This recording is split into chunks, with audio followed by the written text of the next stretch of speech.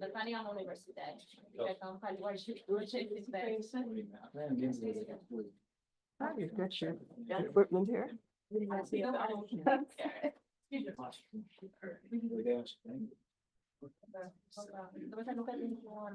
Oh my God, I don't want to be on the screen here. No. Who's ever operating the camera? I don't want the back of my.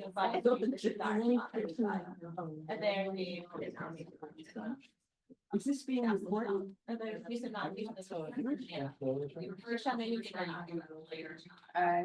Yes, but I might take it. Why? It's much more.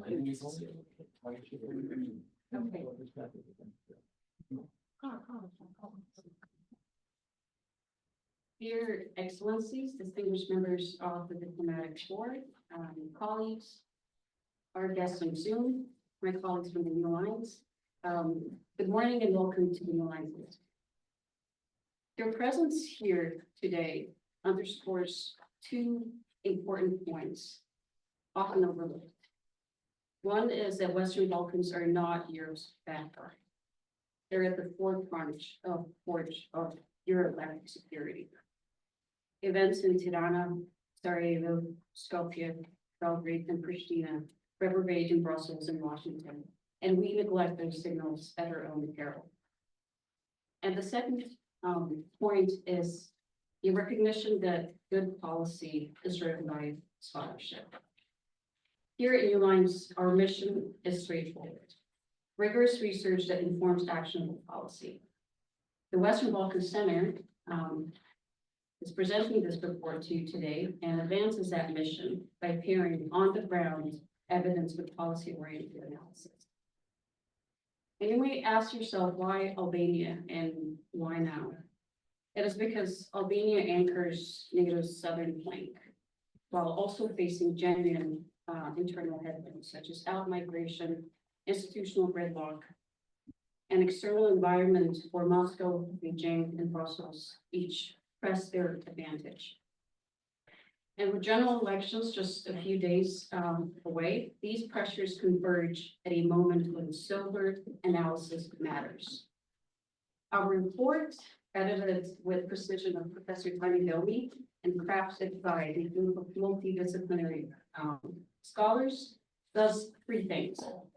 It diagnoses reform fatigue and untapped potential in Albania's political economy.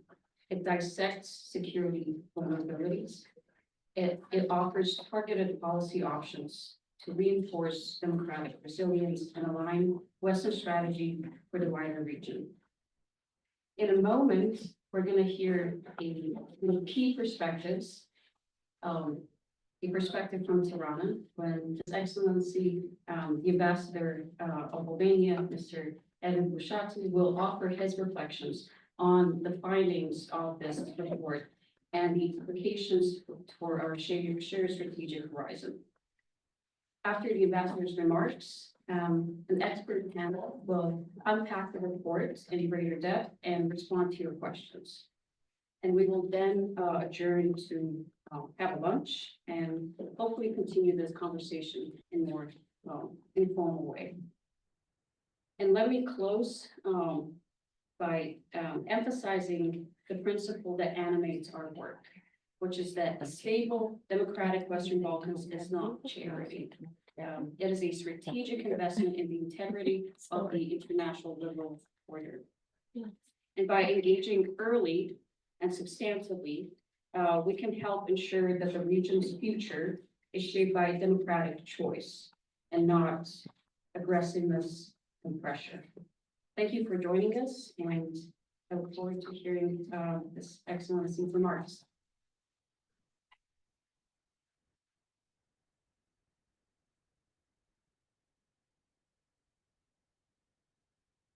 Well, good morning. Thank you for inviting me over. It's an honor and privilege to be among friends. We served with 29 Dari, both of the Parliament of Albania, so it's a pleasure to be here today again and discuss about important issues, and also he's a good friend of mine, and it's a pleasure to be with Professor Domi. Tirana today is gateway to the Balkans, de facto. The Albanian element in the Balkans, being in Tirana, being in Pristina, in Shkup, in Tetova, in Chin, North Macedonia, Montenegro, Bosnia, or even Greece. It's a very pro-American element in the whole of the Balkans. So I think that Tirana is the best entry point when it comes to not just facing the Western Balkans, but the whole of the Balkans, vis-a-vis the American administration and the government, but also when it comes to Western Atlantic orientation, it's the best anchor for the European Union and the American administration in the Balkans. Albanians approve of United States and the European Union in absolute numbers. 95–96% of Albanians approve of the European Union and the American policies in Europe in general. It's the same number that Americans support NATO, and it's a number that shows Albanians' orientation toward Western anchor, Western civilization in general. It is not by chance. Albanians have suffered as a people, as a nation, a distinct nation in the Balkans, always have been under occupations, the biggest empires in the world, the Roman Empire, the Byzantine Empire, and then the Ottoman Empire. So this is like the first time in our history, the last 30 years, that we're living in freedom and democracy. That's why always being in the receiving end of history, brutal history, always in the dark, has actually given a very good sense of magnetic orientation when it comes to Albania. We know our North Star. That's why Albanians approve of this architecture of peace that is built in Europe for the last 8 years. All Albanian politics, all parties, all politicians in general, they all approve of our Western orientation. We all want to be in the European Union. We're strong supporters of NATO, and we see the Americans, the United States of America, as our natural ally and partner. I think that in the last 30 years, Albania, coming out from one of the most brutal regimes in history, Albania, it is called the North Korea of Europe, very secluded, much in the dark. Coming out of communism, in the last 30 years has achieved a lot. The living standards have improved quite rapidly. We finally are a functioning democracy. We have rule of law, and the last 5 years, I think, with the last constitutional changes in 2016, a new phase of in rule of law has been taking place. It's been evolved in Albania, and it's no coincidence that now one of our main institutions, which is our main prosecution office for corruption and organized crime, is the most trusted institution in Albanian society, even more than the armed forces. So my point is that democracy and rule of law are becoming de facto our standard when it comes to political evolution in Albania. And it's not also that by chance, it's the need of the Albanian people, who are quite straightforward when it comes to voting, to have a functioning democracy and rule of law as a permanent anchor in the Albanian society. We have seen, even the last 5 years, quite, I would say, by profession, I'm an economist, so I can say that we have excellent macroeconomic data, and the GDP is growing very fast. Last year, tourism increased by over 30%. Last year, we had 5 times the population in tourism. I know sometimes big countries get the glory, and rightfully so, like Italy and France. But if you see the numbers, we get around 13 million tourists, and Albania is less than 3 million people, so it's multiple of the population, and it's set to increase. That has also have a very positive effect when it comes to our national currency, the lek, which has appreciated like 30% vis-a-vis the EU euro and the American dollar, which has made also possible for us to pay most of our debt. And Albania now has a debt to GDP ratio of under 50%. And it went from 71% 3-4 years ago to under 50%. Inflation is way lower than GDP growth, and the living standards are improving. Also, Albanians, I think, have a momentum when it comes to tourism because we are friendly people. We love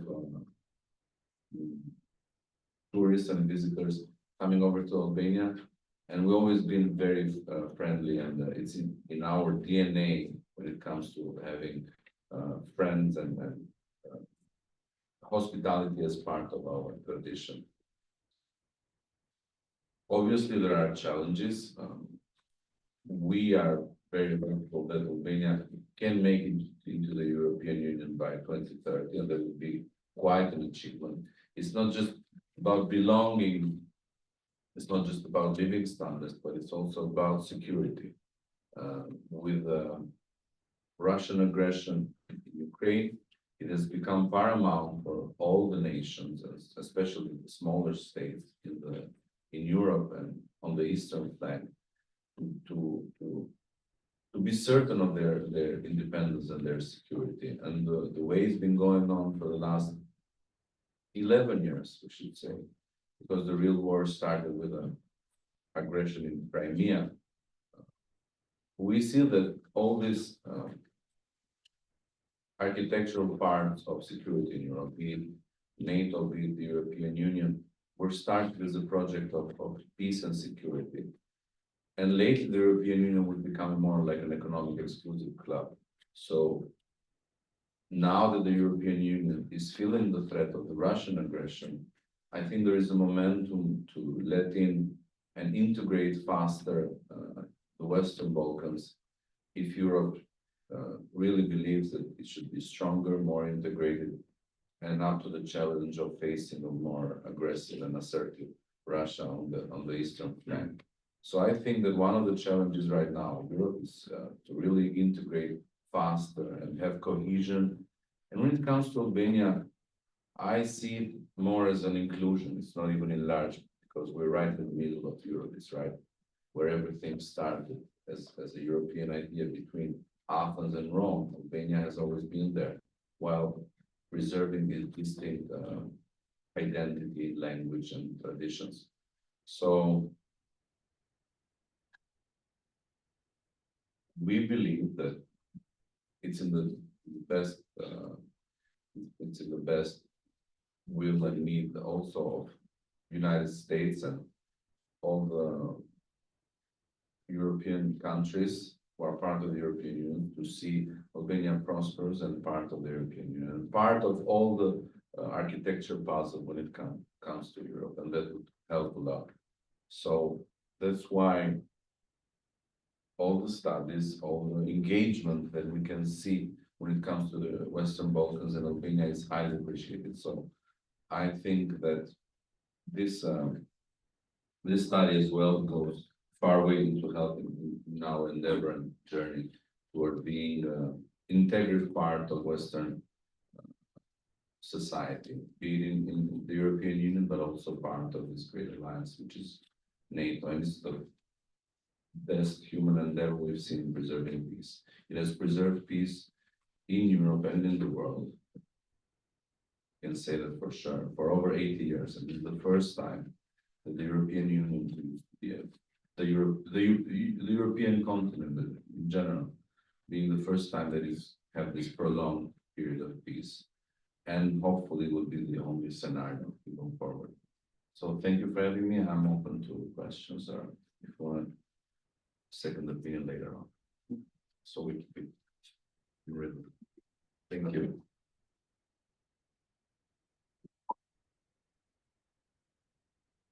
Something right. Question here. Hi. Who's, I don't know if I. Is it okay if I take the question? Yes, yes. Hi, my name is Minji Reiser. Oh, goodness. Hi, it's a pleasure to be here and to hear you. I'm a sociologist interested in cultural policy. So please say a bit about the higher education system in Albania, the institutions you may have to preserve Albanian culture and encourage writers and historians. In our own country, the National Endowment for the Arts and Humanities are under siege, and I hope Albania can provide a different example. Well, thank you. As most of you probably know, Albania is a very distinct culture. We have our own language, it's unique. It's part of the Indo-European group of languages, one of the 7 of them, and it's just Albanian. So we're proud of that. And actually, even being here in the United States, which I sometimes call friendly, the Greater Albania, we're all together when it comes to Albanians being from Albania Proper Republic, which I represent, or Kosovo, or Macedonia, Montenegro, all the Albanians from Italy, which was our first diaspora when Albania was invaded by the Ottoman Empire in 1500s. So we are distinct as a culture, and also lately we've been having quite a successful strategy, even being recognized by UNESCO and being protected in a lot of parts of our culture. Last year it was the women's dress Jubleta from the north that protected status from the UNESCO heritage, and also it was the dance of Tropoja. Rudina is from Tropoja region, that's why, and Jubleta is from my part of Albania, which is Shkodra biology. And lately we're presenting a lot of other what we call Albanian heritage to the world to be preserved. In Albania, the higher education is for free. I mean, students don't pay, but nothing is for free. But students don't pay for higher education when it comes to college and universities, public universities. We try to do everything. I think our system is not the best in Europe, but I think it has made quite advancements lately. It's a fact that our engineers and physicians or doctors and these who study in Albania, they get accepted in Germany right away, and there is a high demand and need for that. That's a demographic German and European problem. So, which means that we go to a long way to show you that our universities are highly valued, even when it comes to quite evolved or high-risk professions like physicians and programmers and engineers. So we're trying to do everything to improve it. Our education system in the whole is for free.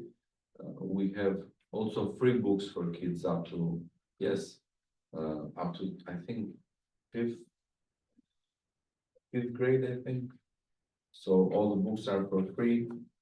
Education is for free. So we believe in education because it's the only thing that has been working for Albania. So I think that going through the brutal communist regime, Albanians weren't allowed to own property, nothing, no business, not an apartment, no car, nothing. It was one of the weirdest systems in the world. So the only thing that Albanians could really own and invest in was education for kids. That's why everywhere you see, even in this country, Albanians invest so much in their kids' education, and they sacrifice, they work, they do double job, double shifts, just so their kids could go to the best schools here or everywhere where they are part of the Albanian diaspora. Because that's the only thing that they know will stay with you. And I think it's quite an investment. It's quite a smart reaction to whatever we've been suffering throughout our history. That's why education is important. Thank you. Thank you so much, Mr. Ambassador. We're gonna now get on to our panel. We thank you so much for coming today, and You should come back to New Lines. We're doing a lot here. Thank you. My name is Tammy Doley. I've already been introduced. I'm a professor at Columbia University and a senior non-resident fellow here at New Lines. This is not the first Balkan report we have put out. Since I've come on board, we've put out 3. But this is a significant report on Albania. And Albania has been described already by my colleagues, but I'm going to turn to Akri at this point to talk about the geopolitical situation. And not only are these 2 people right here my colleagues, but they're my former students, and I'm particularly proud of that. And I wanted to say that today. Both of them are exceptional analysts, and Rudina herself was a member of the parliament. So I want to start with the geopolitical situation. As the ambassador talked about, the anchor, NATO is the anchor, and it's the pillar to Albanian security. You've written a really stringent analysis of the geopolitical situation. Tell us how you see Albania at this point in time in terms of security, and also how that may be advancing EU enlargement for Albania. Well, thank you, Professor. And I'd like to say, at least on my behalf, I'm also very proud that I've had you as a professor at Columbia. Thank you so much for inviting me to be part of the report, and to everyone that worked on it, Emina, Susanna, and everyone else, because it's a very timely report, I think. And it's also a bit particular because there isn't usually that much focus on Albania, at least from a PC standpoint. And I'm very excited to see that this came to fruition, and it is quite comprehensive, actually.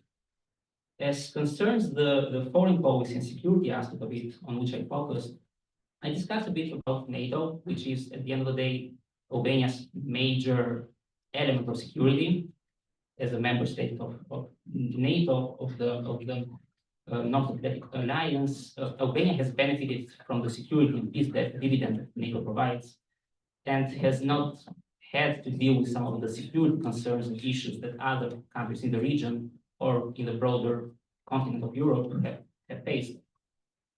In that regard, I think that since 2009, when Albania eventually became a full member of NATO, has been able to evolve its security capabilities. They're still very underdeveloped, of course. It's a small country. It's a pretty underdeveloped economy in Albania. So there are limits to what Albania can contribute from the investment in defense. However, it has been able to use other ways, other pathways to position itself towards contributing for NATO and for regional stability. And I touch a bit on the report about how Albania has been participating in peacekeeping missions, whether in Iraq or Afghanistan in the past, or currently it contributes to the NATO mission in Kosovo, which is very important, not only from a NATO standpoint, but also from an Albanian national interest standpoint.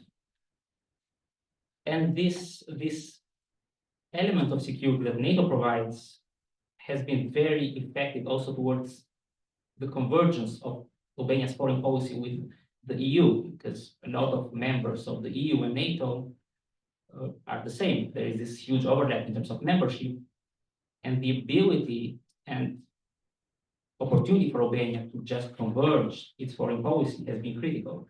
And we've seen this in terms of the relationships that it has built with its neighboring countries. We've seen this in terms of the bilateral relationship that it has built, but also in terms of how Albania positions itself within broader conflicts, within broader international developments. Most recently, Ukraine. We've seen the kind of cohesive policy that Albania has had towards Ukraine in full support of the EU common policy and the policy that the US has had so far.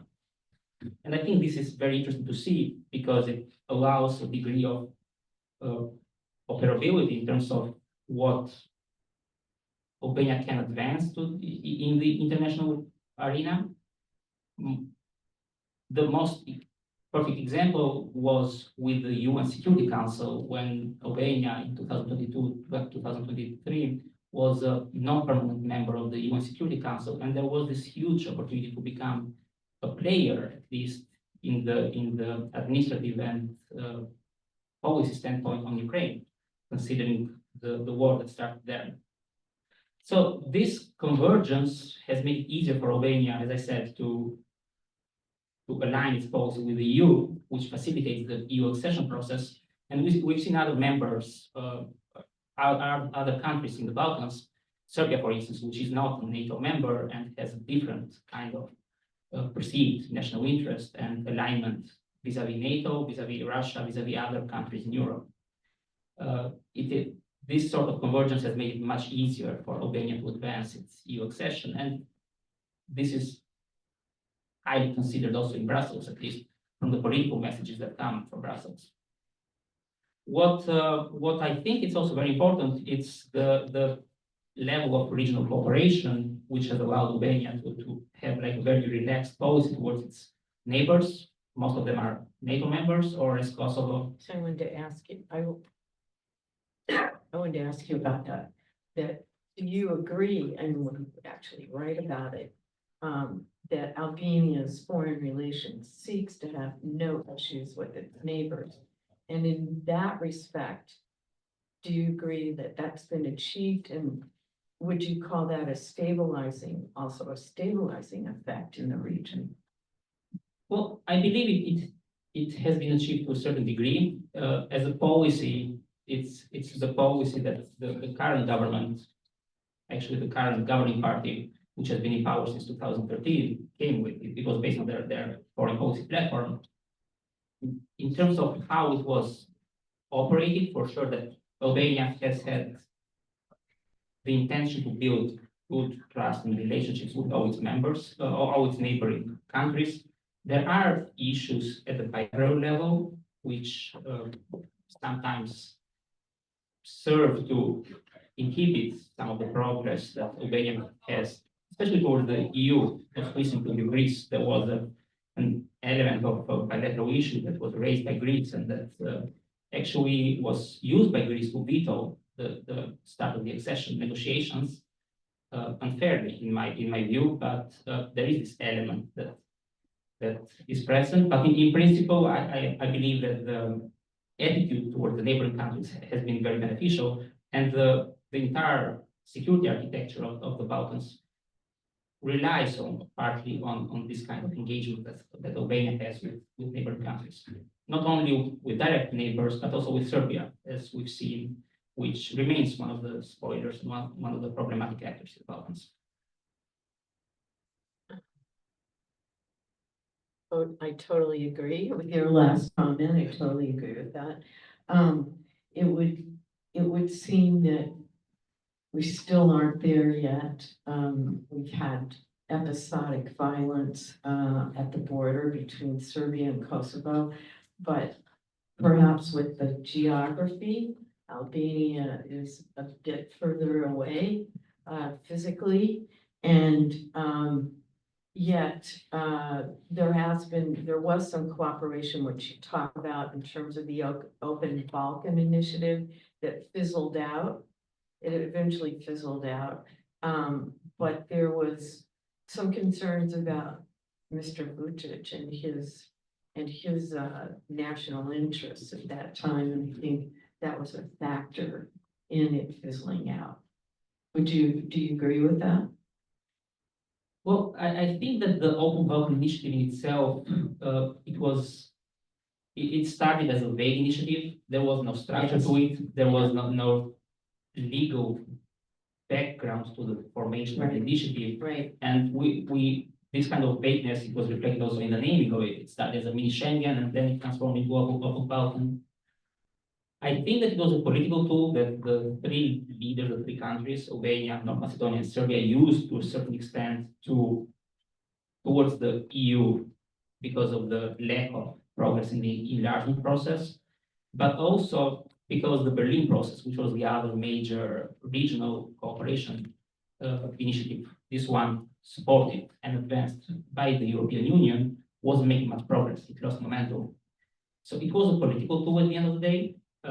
It was concerning for some of the other countries in the region, Kosovo, Bosnia, Montenegro, because of the problems and the attitude that Serbia has towards them. And it was justified the fact that these three countries declined the invitation to participate.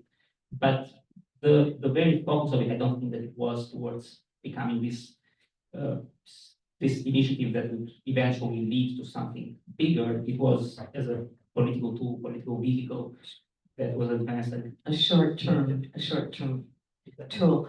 And with regard to EU enlargement, the integration of Albania in NATO yields to integration in some other capacities with EU enlargement.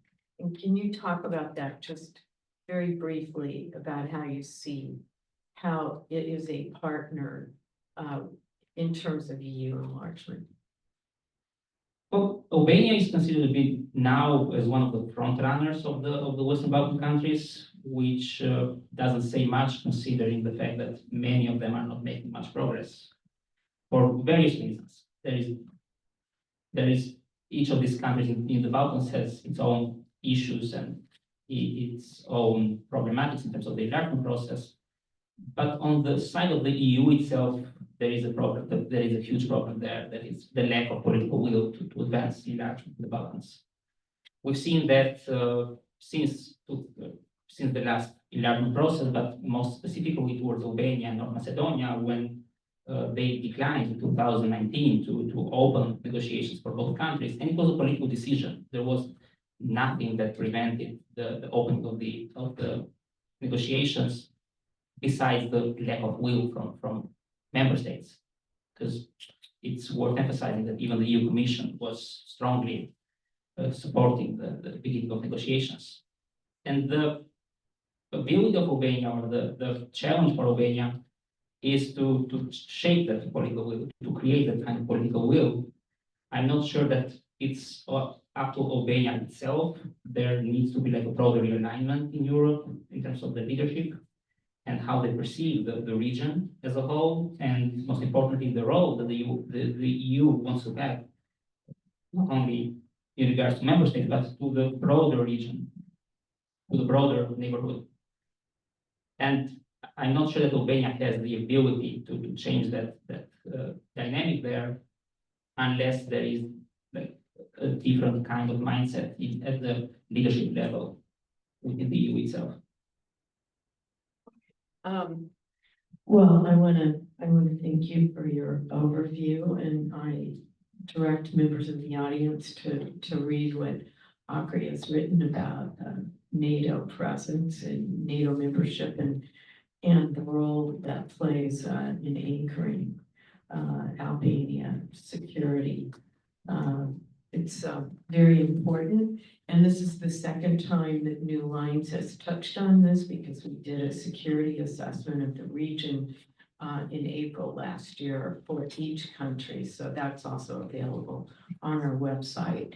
I want to move to some discussion about human rights in general, but with respect to the Balkans, in Europe writ large. The issue of national minorities is present in almost every country, particularly in the Balkans. And when Rudina was in Parliament, she was on a legislative committee about national minorities and what that means to an American audience. It depends on how much you know about the region itself, but for example, the OSCE has a High Commissioner for National Minorities with a mechanism to actually respond to an escalating crisis. And that's one of the tools in the toolkit in Europe with regard to national minorities. So, and Rudina and I were talking before we came together here. you know, a lot of people think, well, this isn't really particularly sexy issue. People like to talk about geopolitics and NATO and what's going on in the elections, but it's important because people live in these countries and they come from different backgrounds. So I would like you to share what you found and perhaps some of your solutions to the challenges that ethnic minorities present. Thank you so much, Tanya, for this wonderful panel. I just want to say thank you to the New Lines Institute for making me part of the contributors. It's really amazing to have a report on Albania specifically, because I haven't seen a report like this in a very long time. It's very comprehensive, but also the contributors that have written on this report, they're very knowledgeable about the region and they're local experts. And of course, Tanya, she's not only a professor at Columbia, but also a mentor for me throughout my life. So thank you, Tanya, for being such an amazing human being in my life. So I'm going to put my human rights hat on. I studied human rights when I was at Columbia, and when I was there, Albania, when it comes to like the region, doesn't have as many national minorities like the others.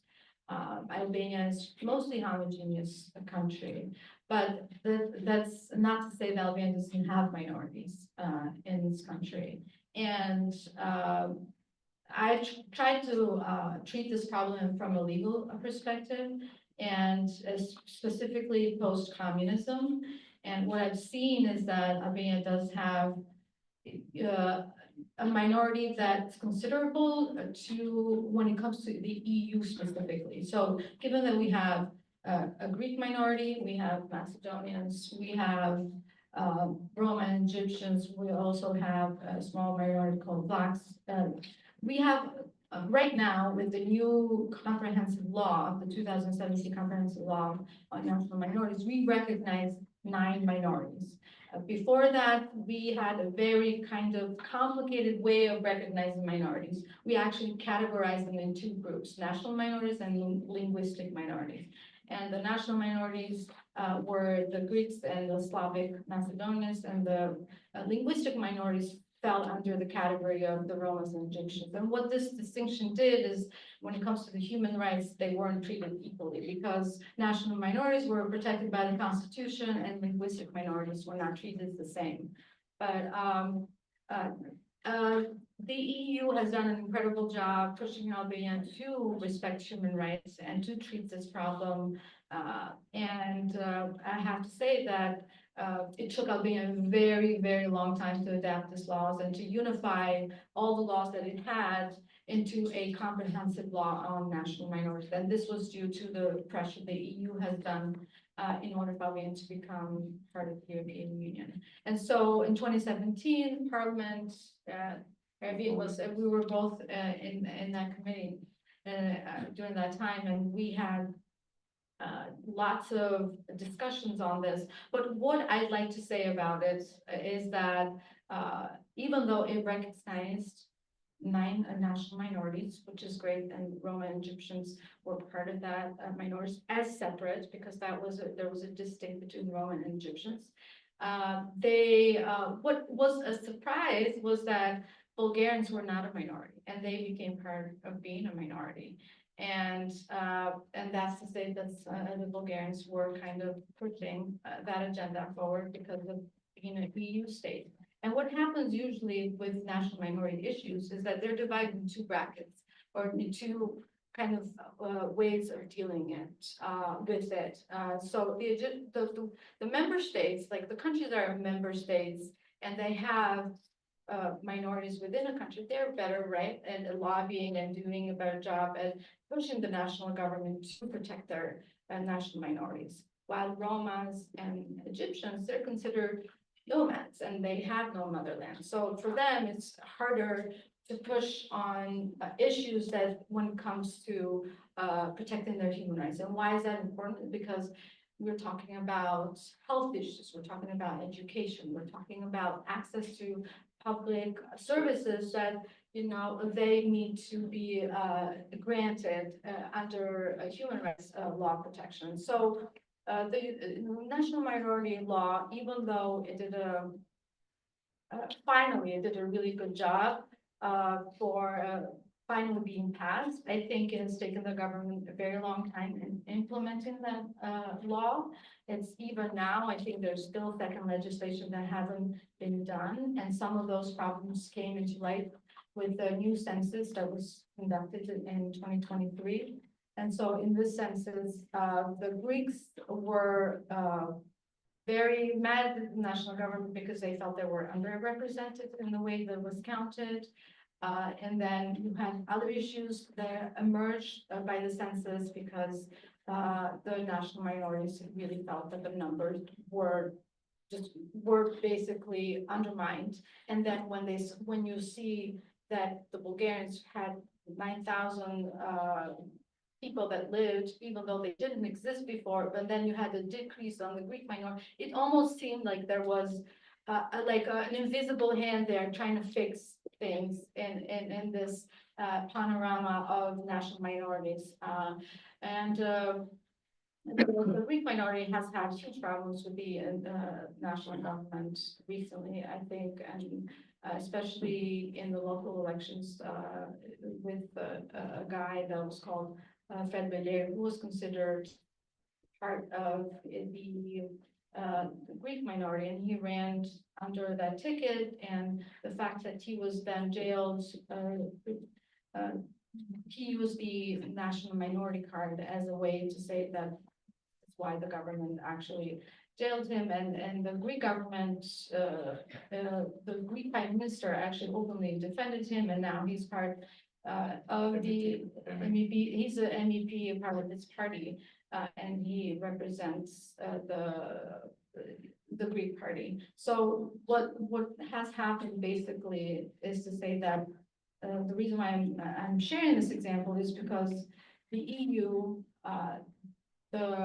Greece in general can use this issue as a roadblock, basically for Albania to join the EU if these issues don't really get treated the way they should. Because as you know, in order for you to become part of the EU, you need to get all the agreements of the 28 member states, and you can't have any vetoes within the EU. So the national minority issue can be used as a veto, and Bulgarians were kind of pressing on that, and Greeks also are pressing or can be pressing, and it's something to watch, actually, especially in the future. They haven't openly said it, but they have pointed it out that this can be a roadblock.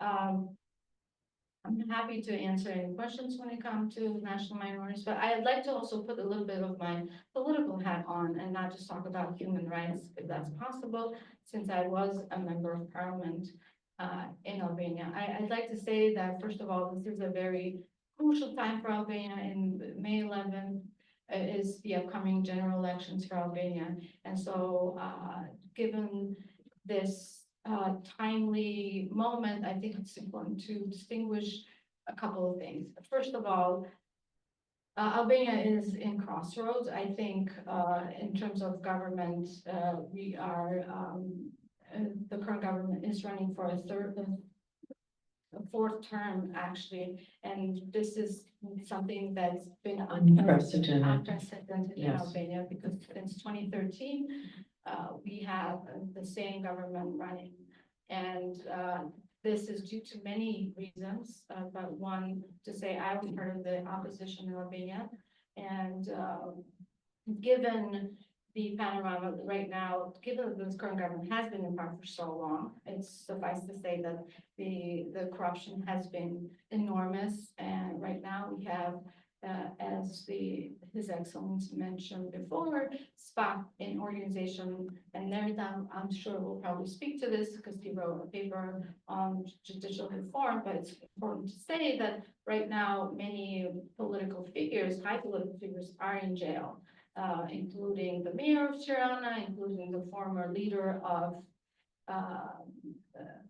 SMI, or now it's called Freedom Party, and also high-ranking ministers of the Rama government, Minister of Interior, and many other, and another one is exiled, the Deputy Prime Minister.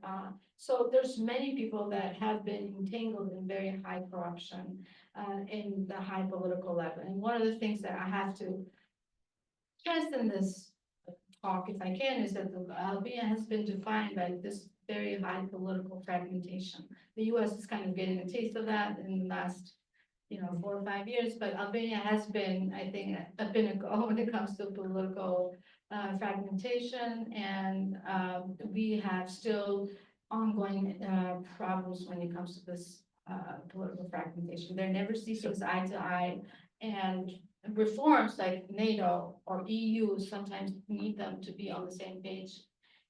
So the voters are pretty polarized. They're With pretty- fragmentation comes polarity, Absolutely. right? Yes, and the opposition as well, I think, has a lot to improve. We have an electoral system which doesn't really allow much of a change. This was changed in 2008 with a constitutional change. A lot of people don't talk about this, but it's an agreement that has made the current president possible for the Rama government to continue, basically, because it's so much harder for smaller parties to kind of break the threshold or be able to enter parliament. So what you see is that you have the same political figures in Albania that have been part of the political system in the last 32 years and hasn't changed, and they still continue today. And so in the May 11, 2025, unfortunately, we still have the same political figures being in opposition with each other to win seats. And this is a very desperate panorama for Albania, because Albania has amazing capability, but that's only reflected abroad and not within Albania. Unfortunately, because lots of people migrate and leave Albania. And if you look at the census, in 2023, Albania lost about more than 500,000 people. This is a chronic problem throughout the region. Thank you. Absolutely. Oh, no, Take much of no, but I want to come back to this issue about what could happen on the 11th.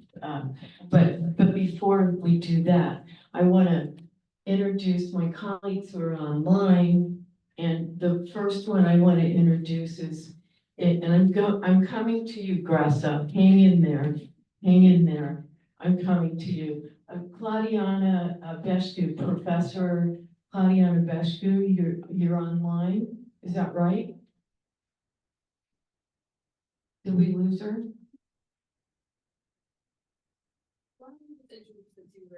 No, I'm going. Okay, I am. We'll bring her call. Okay, so I want to introduce Grasa Besa, who is you've been at graduate school at University of Graz in Austria. You're an activist and an advocate, and we asked you to write on the LGBTQ community and the EU and the European requirements and enlargement. And I would like you to give an overview. And I would also add, before we go to her findings, it's quite sobering. And I want to say this: every country in the Balkans has been marching in prides for the last 10 to 15 years. And there was a World Bank survey done a few years ago where we're looking at endemic violence in particular, particularly manifests in Macedonia and also in Serbia. A lot of violence, but the day-to-day life of LGBT people in the Balkans is very challenging. You have the microphone, basically. Hi, everyone. Thank you for organizing this.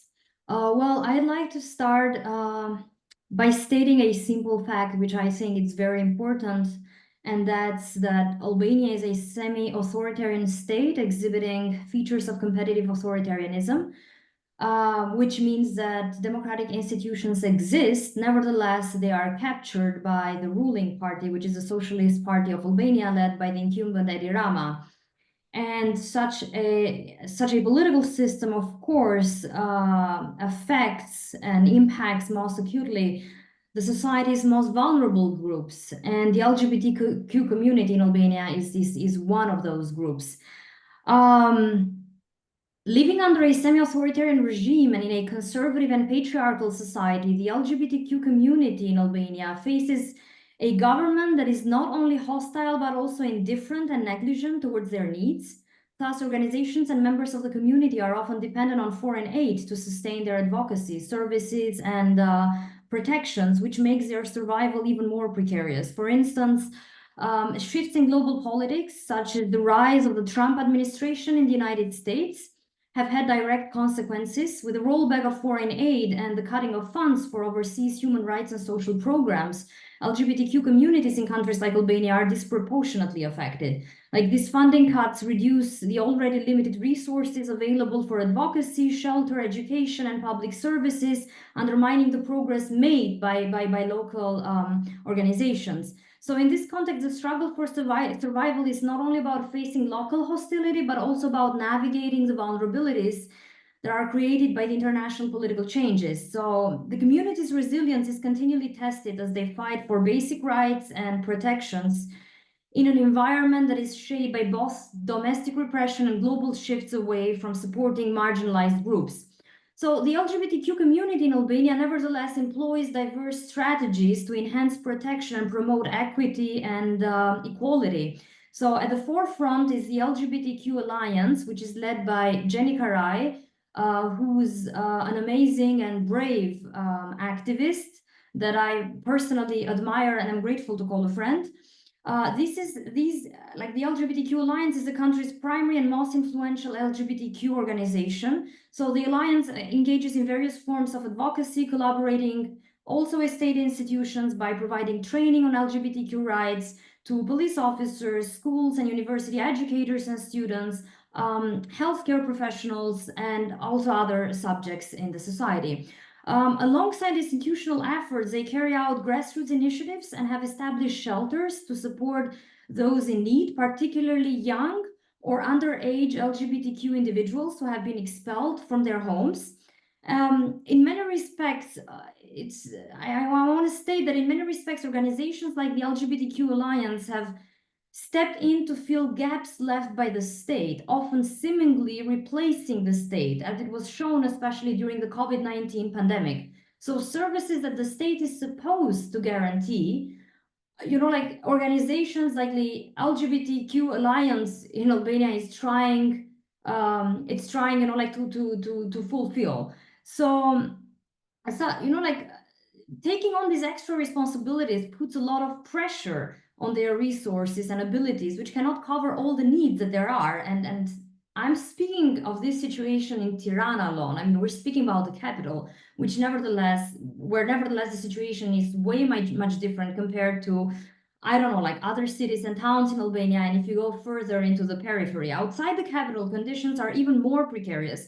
The environment is more hostile and safe spaces are basically non-existent. So although the organizations in Tirana strive to reach LGBTQ individuals across Albania, this outreach is often challenging, not only logistically, but also in terms of activists' own safety. They work to protect others while being exposed to risk themselves, which makes a profound paradox. I don't know, there are many ways, how also members of the community and also their allies are striving for change.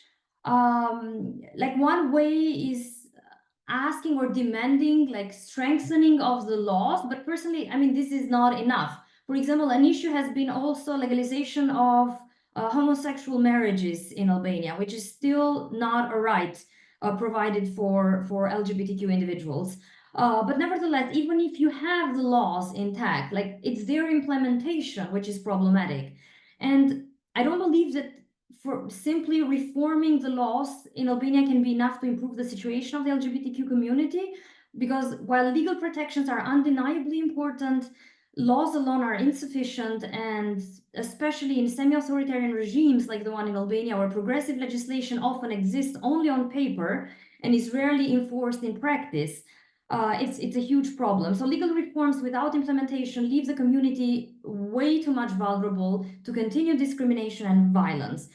I think that what is urgently needed in such a situation is deep structural transformation at both the institutional and also societal level. So this means not only holding state institutions accountable for enforcing existing laws, but also addressing the underlying economic, cultural, political, and social attitudes that perpetuate homophobia and exclusion. So without tackling these systemic issues, legal change risks being simply superficial, like symbolic victories that fail to translate into meaningful improvements in the daily life of the LGBTQ individuals.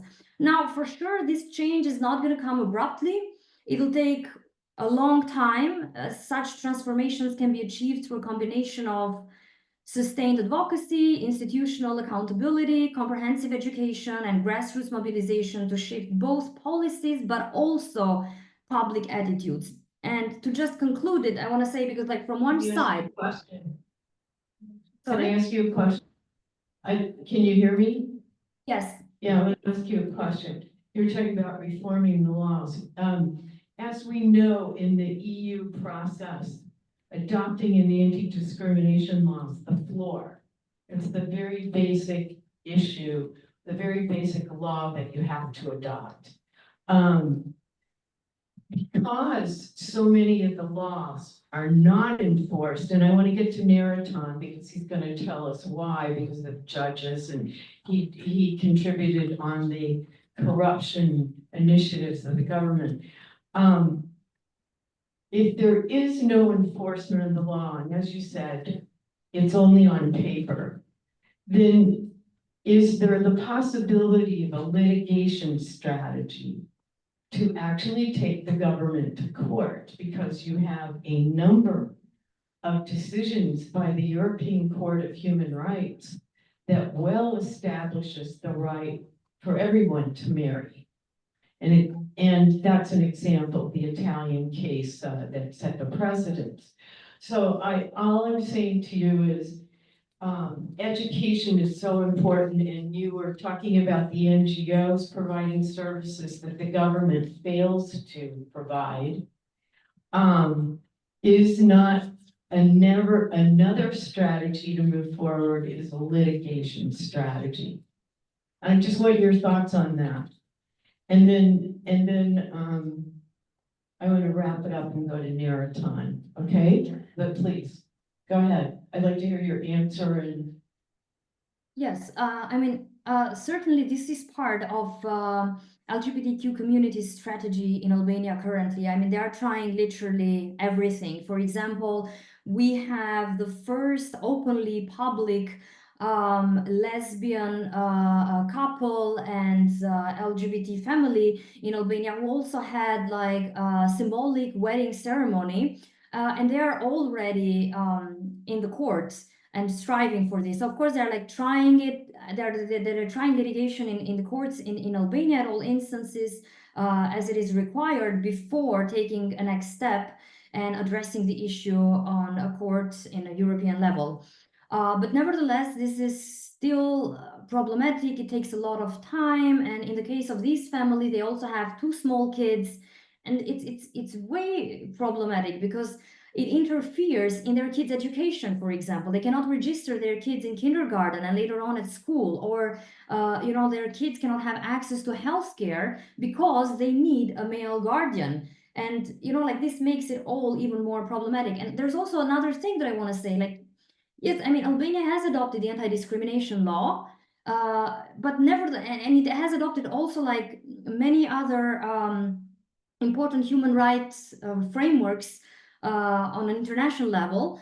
But as I said, like they are not implemented. And it's interesting to notice also EU progress reports and also EU rule of law reports in the country in the last 10 years, including the ones in the last 5 years, where it is clearly evidence that Albania has not progressed in meeting the necessary requirements of the acquis, where human rights is a very important part of EU conditionality, despite the government's propaganda and, despite the propaganda of the government and people close or associated to the government, which actually claim that Albania, has embraced like rule of law and all of this. That is not true. Albania has not embraced rule of law. And even when it comes to the justice reform, well, there are actually a lot of questions surrounding the justice reform.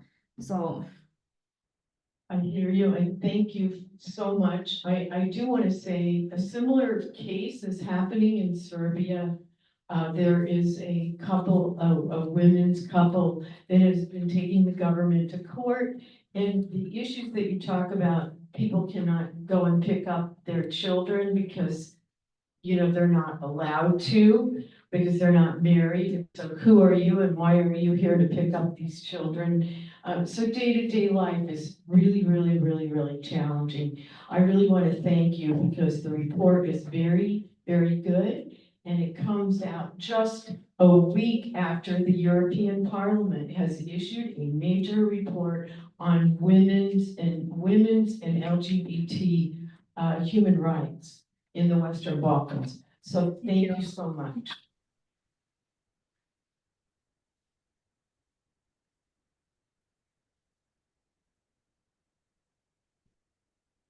So, Mr. Ambassador, I want to thank you so much for coming here today. Your opening remarks. It's always interesting that, of course, you two would know each other. It's 1 degree of separation. We all know each other. It's wonderful. I wish you well in your post here in Washington, and stay in contact with us here at the New Lines Institute. Thank you very much.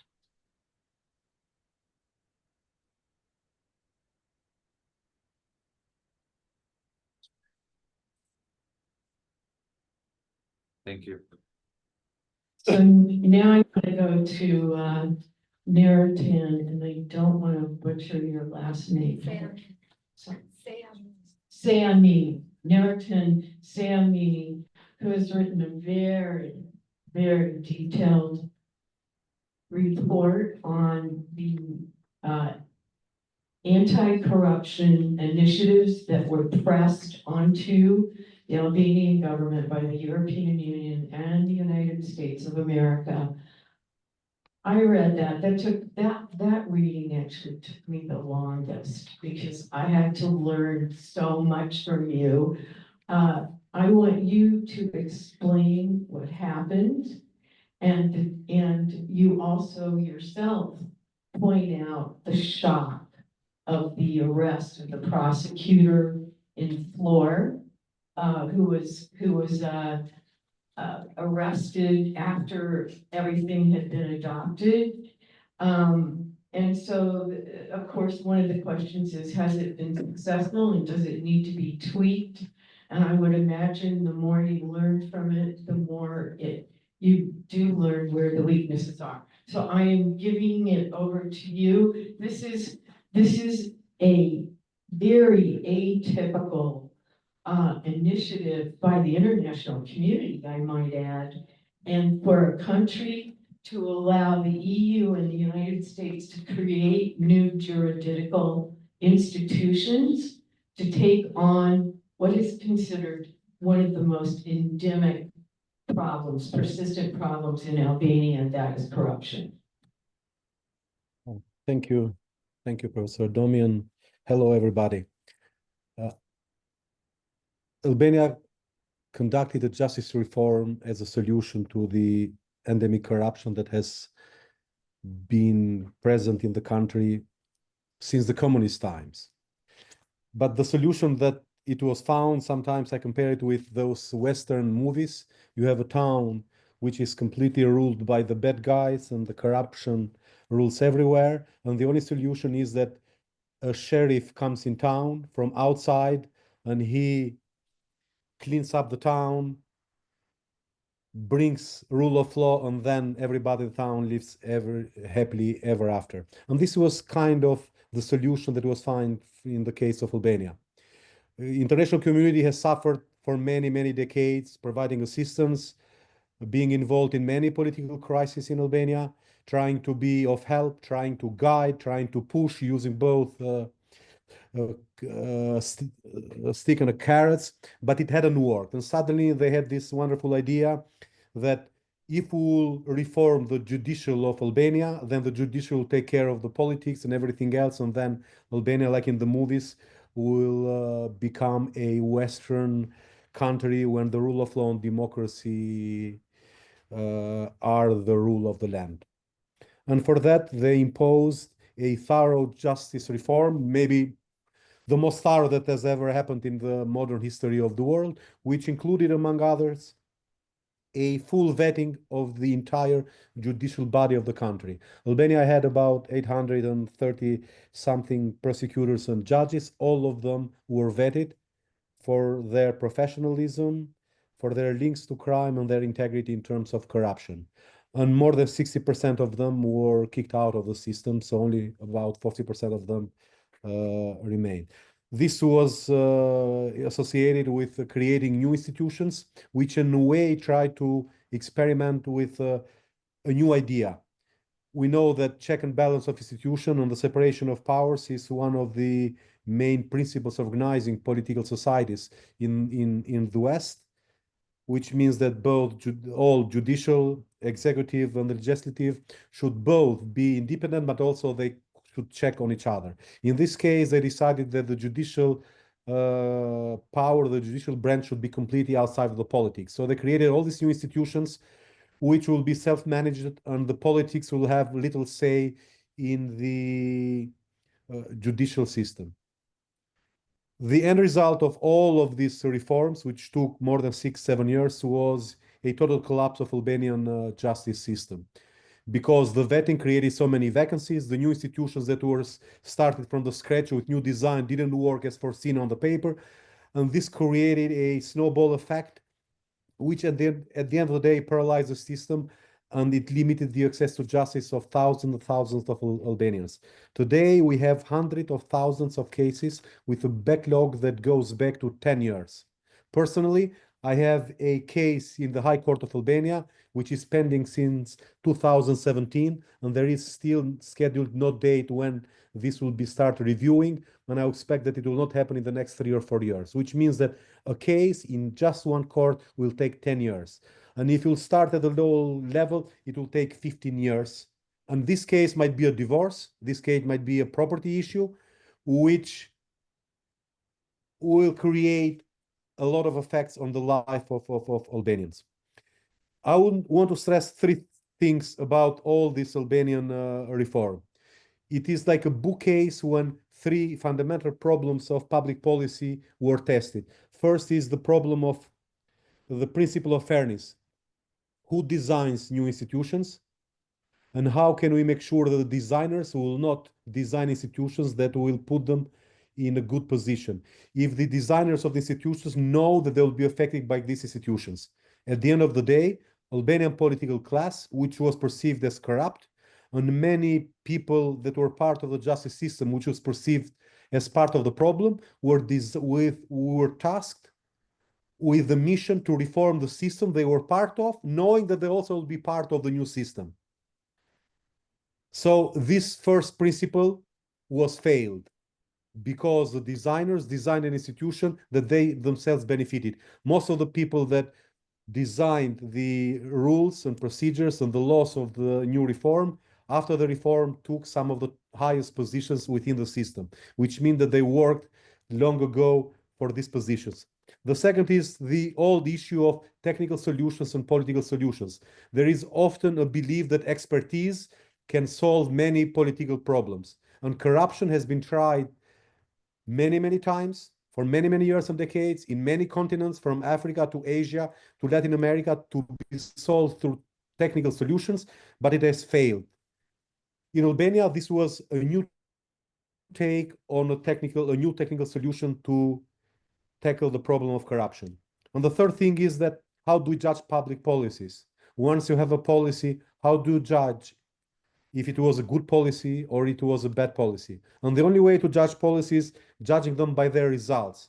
And as I said, the results of the reform have been, when it comes to the common Albanians, they have been disastrous. There has been one area which has been more promising, and Rudina mentioned that, which is the prosecution of high-level corruption. There are some signs in the last 2 years that the Special Prosecution Office is trying to get some of the main members of the current government before justice, as well as some of the major politicians in the past of Albania. One of them has had a final decision. Many other politicians are being tried. We'll see what will be the results of that. Some of the signs are promising, some other signs are not promising because the process are being dragged, and some of the accusations, charges for these politicians seems very lenient, although there is a perception that they have committed more serious crimes that they are being tried. But as I said, this needs to be seen in the future. What is important is the following. This reform, as any other public policy, in order to give the desired results, should be monitored, should be reviewed, and should be adopted based on all the results that we see that comes from its implementation in practice. The reform in paper looked beautiful, the intentions were good, but then in reality, as it often happens, the results differ because there are many unforeseen consequences and there are many side effects. And the Albanian reforms have brought many unseen consequences, and it has had many, many undesired effects. In order to make sure that this new justice system, and the fact is that we do have a new judicial in Albania, this new judicial branch should improve and should deliver justice. And instead of taking the same approach, like basically saying that all is bad, we should see what's good and enforce that and strengthen that. And then we see what's gone wrong and try to mend it and try to change it in order to have a judicial which will, at the end of the day, will deliver justice to common Albanian citizens.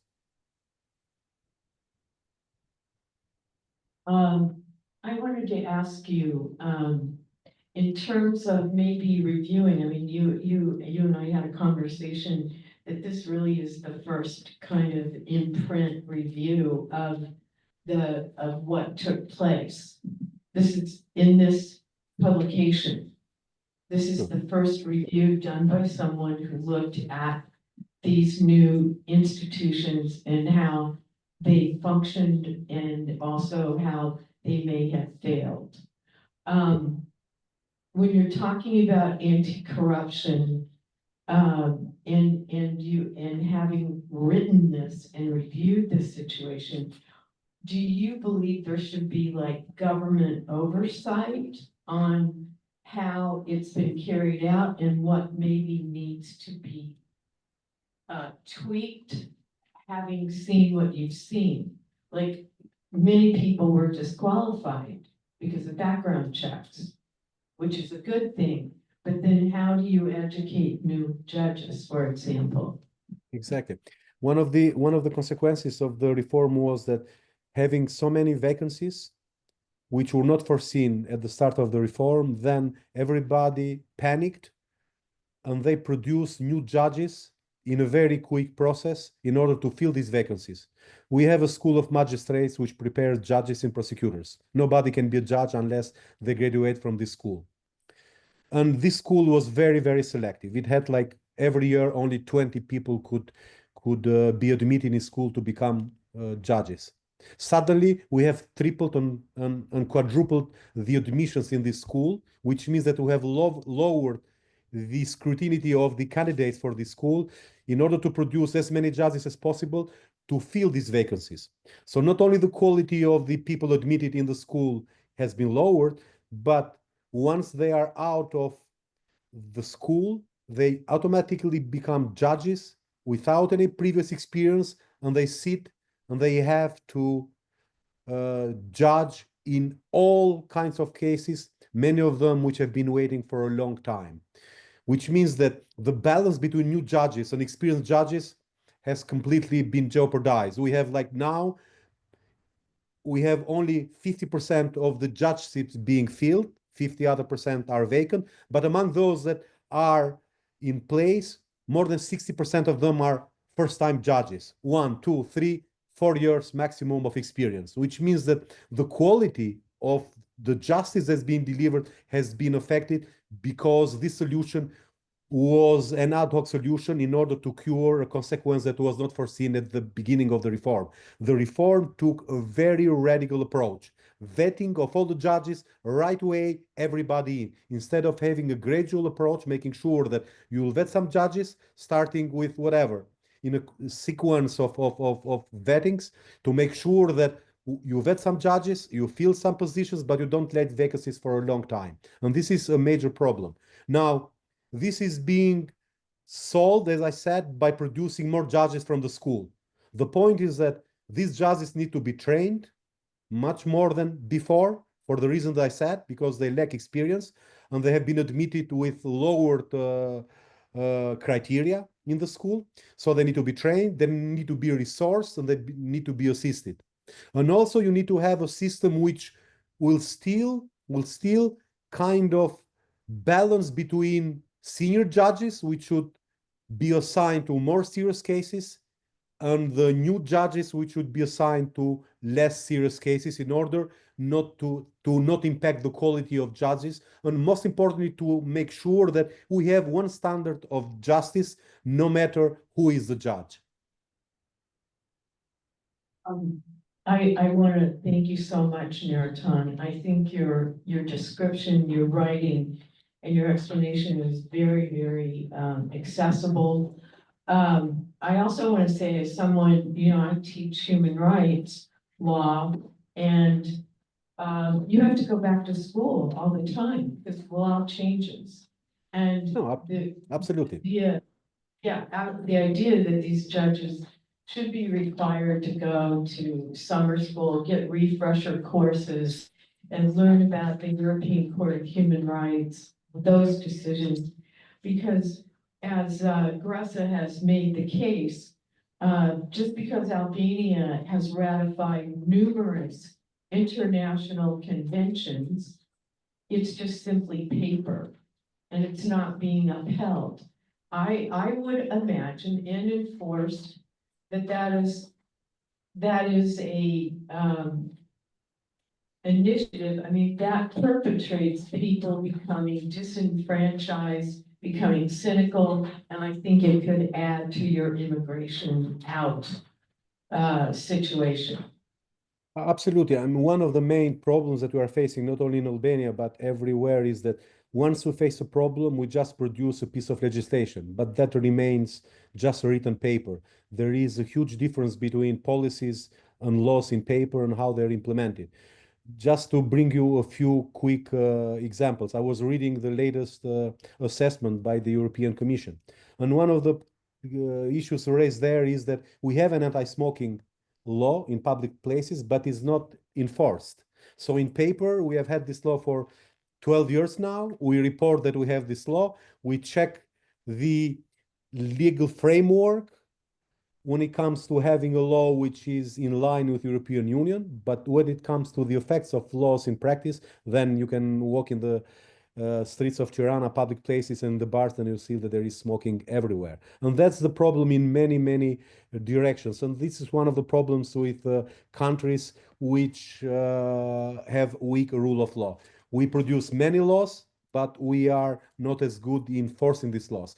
And the most important thing is the following, that we have to understand that at the end of the day, as I also mentioned in the report, the concept of rule of law is a political concept. It's not a technical concept.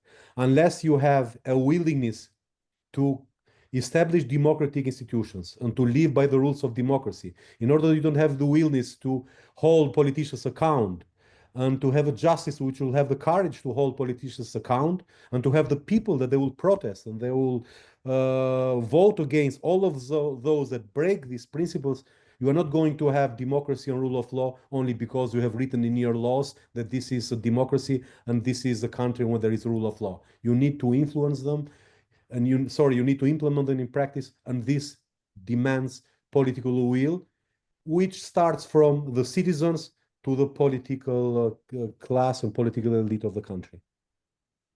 Thank you for adding that, because rule of law, we talk about all the time, that it has to become a political compact between those who are responsible for enforcing and with people.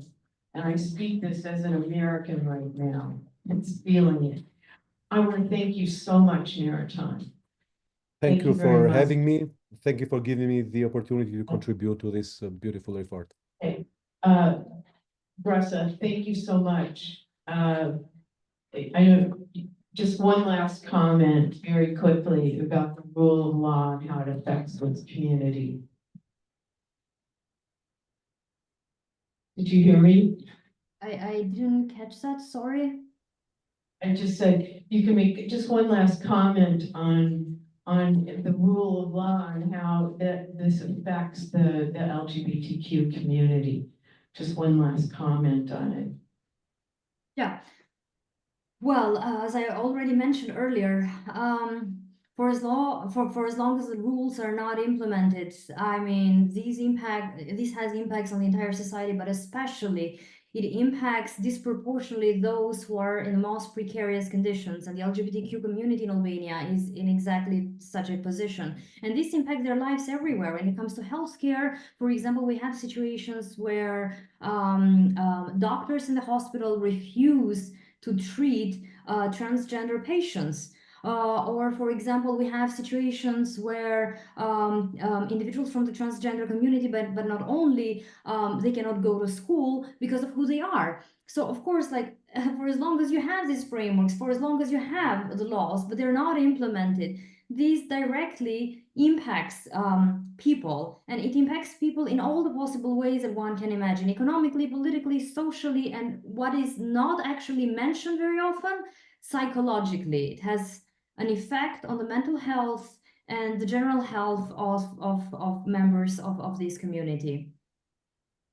Thank you so much. As a matter of fact, now joining us is Professor Claudiana Bescu from University of Tirana, and she is an EU enlargement professor and endowed chair.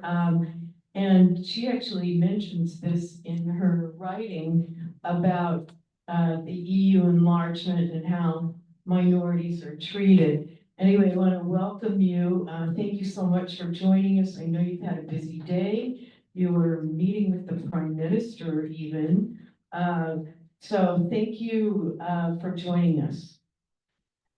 And please share what Professor Vescu has written about is the EU enlargement process and how Albania is performing and the challenges it faces to become a member. Thank You you, have that? thank you. Can you hear me? Yes, we can hear you. Apologizes for joining you in delay, but there was a very important meeting with experts on the European integration process in Albania, and I had to join that. So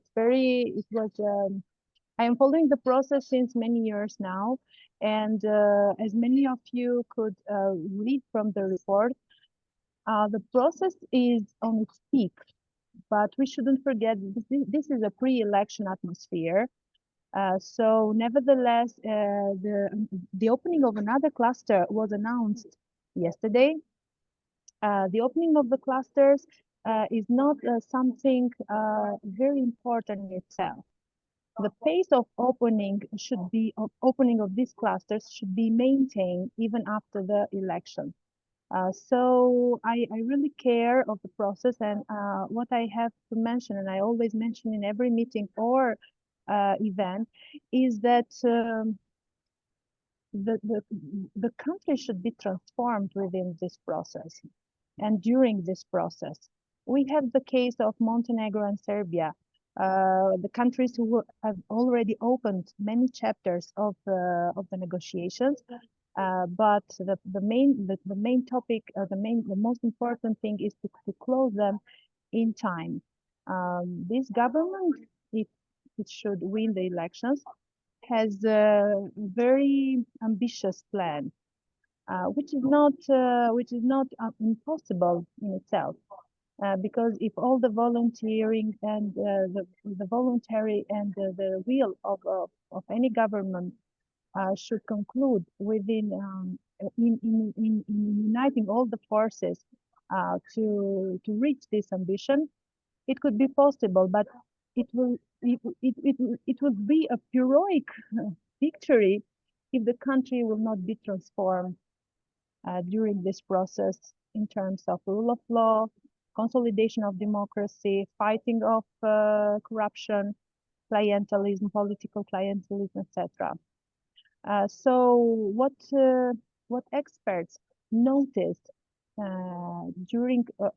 always notice and mention regarding the integration process, European integration process in the Western Balkans, is that sometimes there is a discrepancy between the formal compliance of the EU norms and the real consolidation of the democracy in the countries.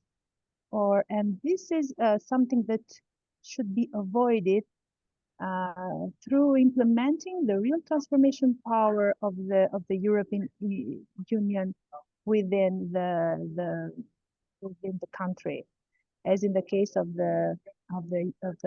Albania. So this is the core question. Otherwise, joining the EU would become a mere political decision, and the society in itself, or the people, do not really take advantage of political decisions. It is very easy to take this political decision, especially in a very competitive geopolitical situation that we have in the Western Balkans. So in order to avoid, I don't know, the influence of Russia and the influence of China, let's make this country a member of the European Union.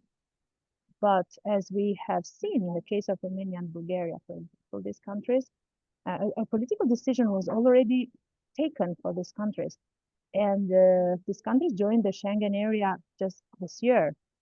This is like just an example to show that if a political decision is taken and it's not accompanied by a real transformation of the political reality or the societal and economical reality of the country, then the real aim will not be achieved. So this is my message, and I hope to have been able to really transmit it even in the report. And thank you for including me in this important report. I invite everybody to read it, because all the colleagues have done a wonderful job. Thank you. I think you did an excellent job talking about the process.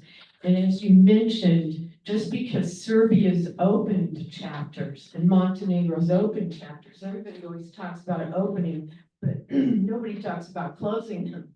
And that's very interesting. So these chapters have been open in Belgrade for a long time. And the sticking point, which you point out, is rule of law. Reforms to adopt rule of law. It seems to keep reappearing on the pathway to the EU. So, you know, people write the law, but then they don't enforce the law. Where the backup here is, which I teach my students, is go to the UN periodic review of every country. I've taught this to my students, and you can go and see where Albania stands on human rights in the periodic review. And the other countries, this is the UN Human Rights Commission, comments to Albania, you are doing X, Y, and Z wrong. Citizens can actually use that as you're talking about getting to the EU. So I think your contribution is very, very important. And I thank you for your very, very stringent work in this area. Thank you very much, Professor Rescue. And do you share the Prime Minister's optimism about becoming an EU member by 2030? This is he announced this earlier this year. this is a very ambitious plan, but it is doable. I mean, if all the efforts will be made, and there will be real effort in transforming the country, it might be doable. We shouldn't forget that there is a growth plan, a new growth plan, launched from the European Union towards the older region. And this plan is very has put the conditionality aspect in its highest point. Because this plan, this growth plan, is asking the countries to make reforms so that they can receive grants through this growth plan, which amounts, around 6 billion euros. So, and the plan will be long for 3 years. So this is why there is a basic and a doable plan in what the Prime Minister is saying. But I repeat that, and in 3 years, yes, negotiation can be closed. And then we shouldn't forget that the process does not end there. All the countries of the European Union should accept the new member within it. So in parallel with this ambition, the country should also change the narrative about itself. What narrative is going to be transmitted within the already members of the EU? So a lot of, and also the society should change, and the mentality of the society should go in the direction of the EU norms and values that also Greta mentioned before. We cannot be a part of the European Union without accepting those who are different, or who believe to be not straight. So human rights should be so the mentality of the society should be transformed also in terms of human rights and accepting the other.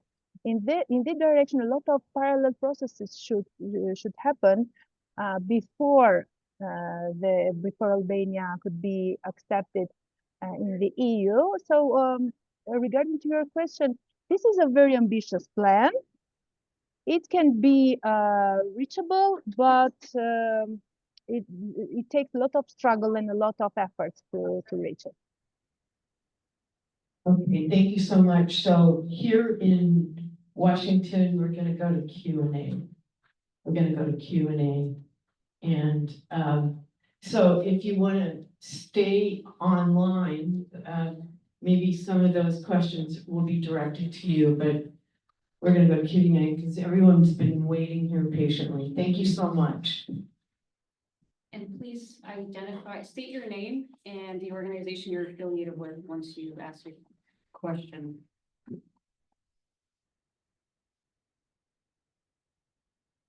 Hello, so my name is Kendra Dooley. I'm a master's student at American University. I'm studying public policy.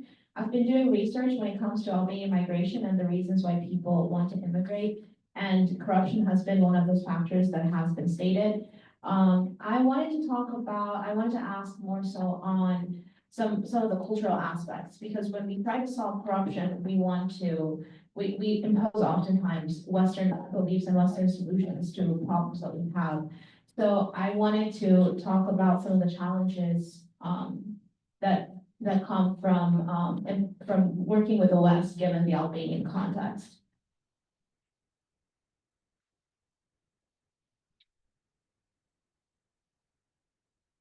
Are you directing the question to somebody specifically? So it's open to all the panel, although I would say Nertan might have the best answer to this. Nertan, Okay. why don't you? So talking about migration, I mean, Albania in a way is part of the same trend of migration that has happened in the Western Balkans, and for that reason in all Eastern European countries. So there is nothing new on that. But the size of Albanian migration is a little bit unusual. Albania has the highest migration after Bosnia and Herzegovina, but Bosnia and Herzegovina much of its migration is in neighboring Serbia. So we would say that Albania is by far the country with the highest rate of migration. What is more important is that this migration has been going on for a long time, and recently, and it's not abating. Recently, we have new developments in the migration that we have now the professional segment of society, which is the middle class and well-to-do people which are leaving Albania. And they're not leaving anymore for the economic reason, which was the main reason for migration in the early years of transition. They're leaving for whatever. You can say they're leaving for security, they're leaving for education, healthcare for their children, but they also are leaving for another reason, because it's become ever easier to live. Now we have many European countries which are facing labor shortage, especially when it comes to certain professions like doctors and nurses in Germany. You have tech experts in Denmark, in the Netherlands, in Italy. And these countries which are facing also aging population are trying to meet the demand for labor, and they have had legal migration programs, which Albania has been one of the beneficiaries of this program, especially when it comes to the doctors and nurses towards Germany. Germany has every year, almost every year in the past decade, has lowered all the criteria for foreign workers in certain areas, especially in the medical profession. So this combination of the easiness to live and to work in your profession, that is being an opportunity for Albania. And the second thing is that the level of educational quality, healthcare quality, and to some extent security in general Albania is the main drive of this migration, which in a way is totally different from the normal trend of migration that we are used to see in the world, which is mainly driven by economic factors or security factors in cases of social problems, wars, and natural disasters. And unfortunately, this kind of migration will never stop unless Albania will provide at least a comparable level of security and well-being that Western European countries are providing. In particular, as Albania is integrating more and more towards Europe, it will be easier and easier for people to live. And at one point, if Albania will become a member of EU, maybe in the next 10, 15 years, then they will have the right to work everywhere in the EU, and this will bring a huge migration and demographic problem in Albania. Adding to another factor that the Albanian population is aging very fast. Now the average age is 42 years. We started somewhere 21, 22 when the communism fell in the year 1991. And all these problems are creating the main problem that we are facing in Albania today, which is the demographic changes, which are affecting both the population, the composition population. They're affecting the social policies because we have older people that need more social policies. They're affecting the labor market because we are having a lot of productive people that are leaving, especially in sectors that we invest a lot to have this expertise created, but also in terms of politics with these dramatic changes in the social economic structure of population, then this will have also a lot of political effects. All in all, demography will remain the main change for Albania in the next decade or so. I don't know if I really answered to what you're looking for. I will add something to this, I may. I will speak a little bit more about the cause of that. So we talked about migration as an effect of what's going on in Albania as a result of what's going on domestically. But I think it's also important to point out that you were mentioning this relation between Albania and the foreign powers and how the Western powers and how they're kind of helping us combat some of the challenges that we're facing, such as corruption. And I have to be a little bit frank, different, I would say, in my opinion here, because I just think that last 10 years or so, and Albania is like a unique place when it comes to Western powers.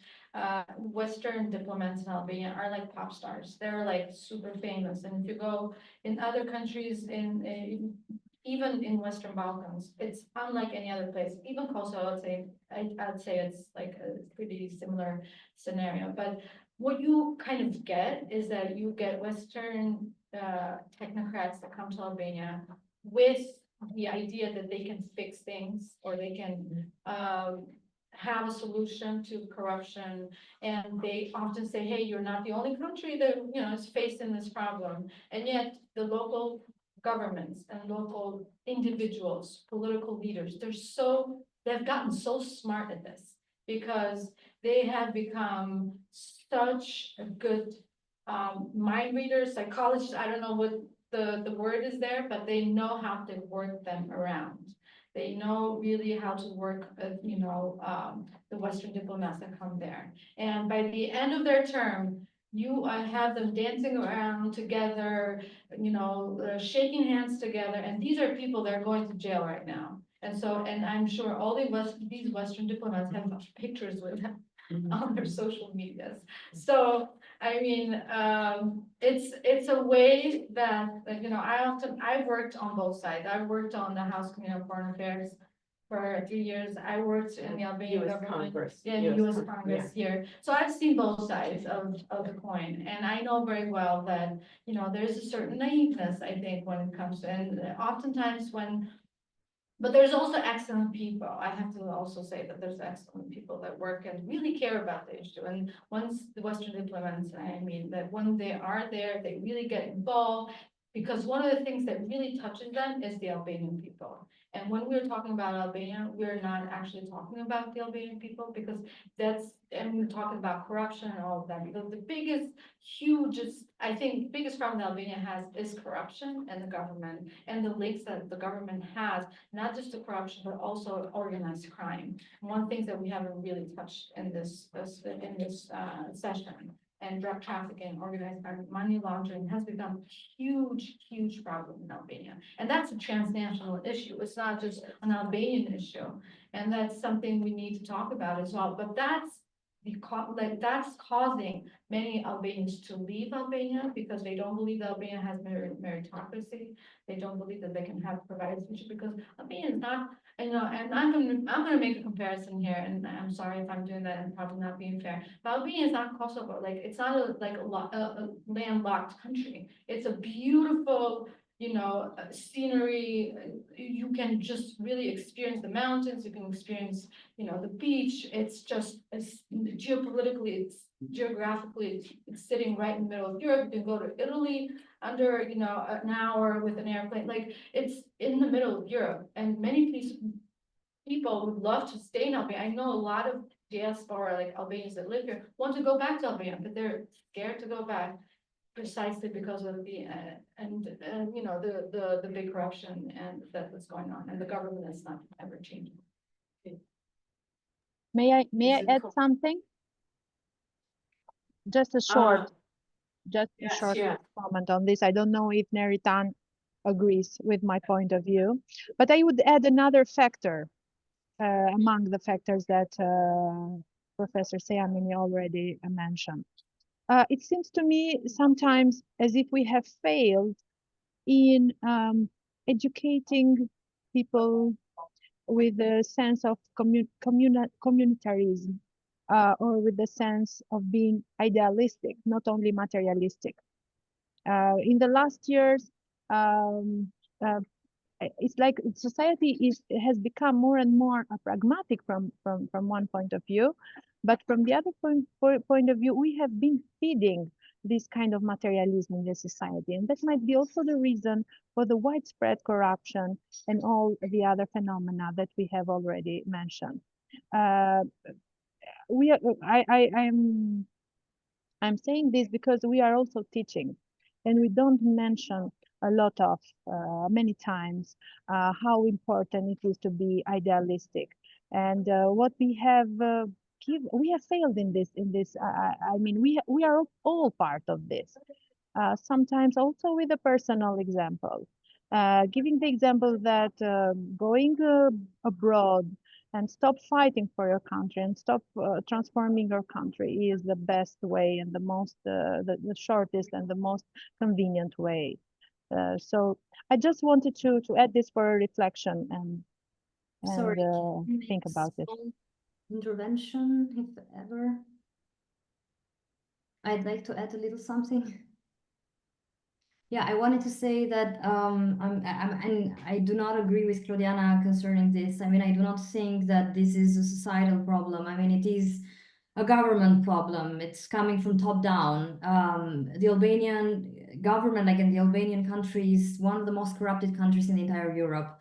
And it's not a matter of lack of idealism. There's a lot of idealism in Albania, especially among young generations. There is also resistance in Albania. You have grassroots movements who are fighting back. You have new political parties that have been formed from grassroots parties at the moment and who are trying to challenge the current establishment and the current regime.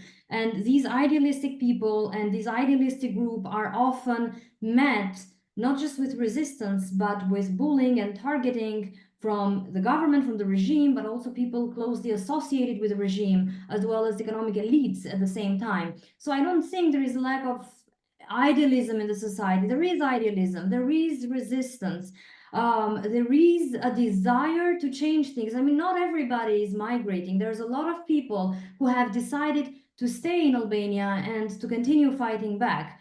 I mean, most of the student activists from the student movement, we've had like massive protests in 2018 and 2019 in Albania against the law on higher education and demanding change. I mean, most of these people, they are still there and fighting, but I do think that the corruption that exists, it's not merely a cultural issue, that of course you have corruption in the entire society, but it's particularly an issue that is highly connected to the political culture and the current regime, which is no different from the previous regimes that we had. I mean, I don't think that the situation in Albania was any better under Sali Berisha, for example, from 2005 to 2013. There was growing authoritarianism, which is part of the reason why Rama is now in power. But I mean, at least this is how I see it. Thank Well, you. Somebody out there? Yeah. Hello, everyone. I'm Ervin from the Embassy of Serbia. I have a question for Mr. Akri. Do you believe the time has came to put an end to negative narrative in the Western Balkans, especially to show responsibility and commitment to the well-being of all citizens, especially now as we face a critical moment in the region's path toward EU membership? Well, as concerns the question about the defense of the rights of all peoples, absolutely, I fully agree. In terms of narratives, I'm not sure what sort of narrative you're specifically talking about. So if you can just clarify that for me. I think you said during the discussion today about Serbia and about President Vučić, and maybe that is not good for our path through EU membership. Well, what I spoke about was about the policy that Serbia has had towards its neighbors, Kosovo, Montenegro, Bosnia, and I believe it's undeniable that there have been issues that concerns Kosovo specifically. I think that the policy that Serbia has is not constructive at all in terms of the dialogue, but not only. And in terms of the bilateral aspect of it, the refusal to acknowledge Kosovo's independence and the effort to just create roadblocks to Kosovo's integration into international organizations, or also just advancing bilateral relations for Kosovo, I think that it's not productive in terms of the regional aspect of it. I don't think that it helps Serbia at the end of the day, because we know very well that the relationship with Kosovo is one of the issues that it needs to solve before it can access the European Union. So I would say that overall, it's not narrative, it's a byproduct of the way that Serbia has acted towards the neighbors, Kosovo in particular, since I'm mentioning that case. But not only, there are also other cases. I have maybe one comment. I'm not sure. Are we talking today about Albania or about Kosovo? Let me talk here. Well, my comment earlier was about the security structure and the security architecture in the Balkans. That's why I discussed and mentioned that case, because at the end of the day, that's one of the most problematic, from a security standpoint, that's one of the most problematic issues. At the end of the day, Kosovo is where we have a NATO mission to preserve But I'm the stability. not sure that is a topic of today's discussion. No, it's part of the overall understanding of how the region works. I think, Where Albania I is a think major it's player. appropriate, I think it's absolutely appropriate to discuss these issues, given the NATO presence and how all of the countries have the choice whether they want to join or not. And so I think it's absolutely appropriate to point out some of the flashpoints. The flashpoint in the Balkans right now is at the border between Serbia and Kosovo. It's very tenuous. So I think it's absolutely appropriate. We've addressed it in previous reports and we're addressing it in this report as well. Thank you, Tanya.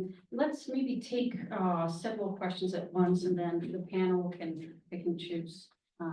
They're gonna consider. Thank you. First of all, it's freezing in here, so I'm sorry if my voice is a bit shaky. My name is Levi Otsaka. I'm a civil servant in the State Department, but I'm here in my sort of private capacity as an Albanian American citizen. I had a question, I guess, to Maritime as well. I sort of, Albania seems to be this kind of unusual country where you have a lot of corruption at the political level, but you also have a lot of politicians in prison at the same time. So I don't know what that means in terms of politicians who are corrupted or want to be corrupted, whether they're free or not. I know that Prime Minister Ahmed has been complaining to colleagues at the State Department about how SPAC is, I don't know, getting out of control or whatever. I wonder if that bodes well for the future of SPAC. If that's something, especially after the elections, whether it'll continue to be sort of independent or not, or if it has been independent. I'm sorry, Nathan, I haven't read the report yet. The report did. I also have a question for Professor Beshko. Is there a political future for Albania that does not include EU membership in the sort of midterm? Can it survive politically in terms of whichever government's in power? Thanks. Thank you. Maybe. Thank we you, also Lydia. Right now, questions. I'll let you. Well, then Question for Teresa. You talked about the LGBTQ community in Albania. You also talked about the minorities in Albania. Has there been any research that combines both? I mean, if you are a member of the Gypsy Roma community in Albania who happens to be a member of the LGBTQ community in Albania, I'm guessing your life must not be very easy. I'm wondering if you can talk more about that, what the minorities who happen to be members of this community in Albania. Thank you. Thank you. Thank you. My name is Tucker Jones. I'm an independent political analyst based here in DC. Ms. Haidari spoke about the role of non-Albanian ethnic groups in Albania and how other states such as Greece and Bulgaria are making demands on Albania as a condition of their support of EU membership. I wanted to turn that question a little bit on its head. In his introductory remarks, Ambassador Bushati talked about Tirana's role not only as the capital of Albania as a state, but also as the leader of Albanians as a nation, including those in Ulcinj, Skopje, and Pristina. We also heard briefly from Mr. Chipa in one of his remarks about how Albania has been contributing to the NATO peacekeeping mission in Kosovo. I wondered if Mr. Chipa or if any of the other panelists could speak about the opportunities and potential risks that Tirana faces when engaging with Albanians outside of Albania and elsewhere in the Balkans. Questions? Anyone from Zoom? Okay, so the first question was to Nermina. And Maritime, sorry. Okay. Thank you, Lediot. And the main problem with corruption in Albania is that it is an endemic problem, and unfortunately, the power structure of Albania, all relations, political, economic, social relations, basically have been based on clientelistic and corrupt relations, which means that it has become a coordinating structure for all our social and economic relations, which means that it cannot be solved and cannot be sorted out with partial and short-term solutions. It needs, one of the things that I have stressed in the report is that this is a political question at the end of the day. Only by political means people can decide to bring rule of law and to improve its government. The question is that can we achieve it with piecemeal reforms or thorough reforms like the justice reform through technical means, through technical solutions? I don't know. I don't believe in this, but I would say that I don't know. And we cannot yet say if the justice reform will be a success at the end of the day or will be a failure. And every day there are both positive signs and negative signs. Yes, it is true that some higher ranking officials, even people that I never thought that will face justice, are facing justice. They are in detention. They are not, we don't have any final decision on them, like the mayor of Tirana and some foreign ministers, but at least they are facing justice. But at the same time, the former Minister of Interior was prosecuted and tried, and he was sentenced for abuse of office with only 2 years in prison, which was reduced, and now he is free. And he's a very rich businessman in Albania, and he is building an economic empire in Albania and enjoying all the benefits that he got from power. And his prosecution was not based on drug trafficking charges, which everybody believes he was involved. At least the Italian justice believed he was involved with all the evidence that provided to Albania. By the new justice, he was tried for a small offense, almost a misdemeanor, abuse of justice. You get a very short sentence, and then you can enjoy your money and you can live your life. Is this justice?